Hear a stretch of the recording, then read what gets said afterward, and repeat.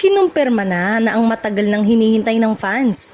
Magkakaroon na ng sequel ang hit action drama series na Incognito na unang umere noong 2025. Sa isang video greeting, ibinahagi mismo ng direktor na si Lester Pimentel na tuloy na ang pagpapatuloy ng kwento ng serye na tumatak sa mga manonood dahil sa matinding aksyon, drama at makabayang tema nito. Magbabalik din sa bagong yugto ng serye ang kapamilya star na tinaguriang Supreme Idol na si Daniel Padilla, na muling gaganap bilang si Andres Malvar. Ang kanyang karakter ay isa sa pinakaminahal ng mga manonood dahil sa tapang, talino at dedikasyon nitong ipaglaban ng bayan laban sa mga masasamang puwersa.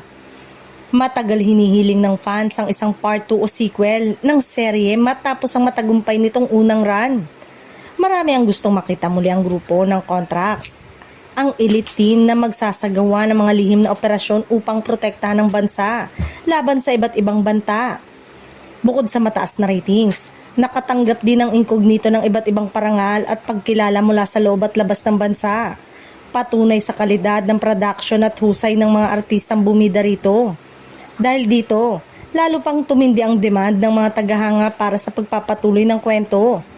Sa paparating na sequel, inaasahang mas magiging malaki, mas matindi at mas mapanganib ang mga misyon na haharapin ng karakter ni Daniel Padilla bilang si Andres Malvar.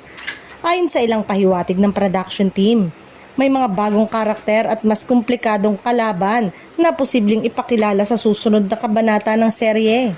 Dahil dito, tiyak na muling aabangan ng mga kapamilya viewers ang pagbabalik ng action at suspense na hatid ng Incognito. Kaya naman, para sa mga tagahanga ni Daniel Padilla at ng buong contract team, isang bagay ang sigurado, mas marami pang pasabog ang dapat abangan sa nalalapit na sequel ng serye.